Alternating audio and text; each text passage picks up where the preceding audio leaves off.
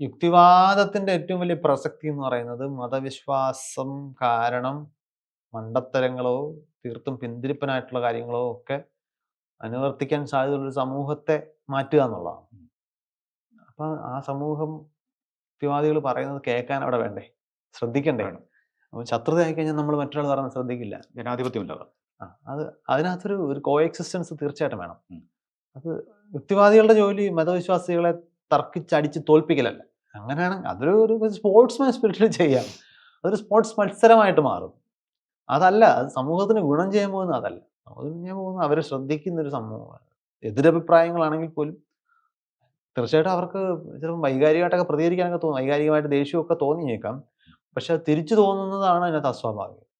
നമുക്ക് യുക്തിപരമായിട്ട് സംസാരിക്കുമ്പോൾ, ബോധ്യങ്ങളെക്കുറിച്ച് സംസാരിക്കുമ്പോൾ, അറിവുകളെക്കുറിച്ച് സംസാരിക്കുമ്പോൾ, എനിക്ക് ബോധ്യമുള്ളൊരു അറിവ് പറയുമ്പോൾ വേറൊരാളെ സമ്മതിച്ചില്ലെങ്കിൽ എനിക്കത് വൈകാരികമായിട്ട് തോന്നേണ്ട കാര്യമൊന്നുമില്ല.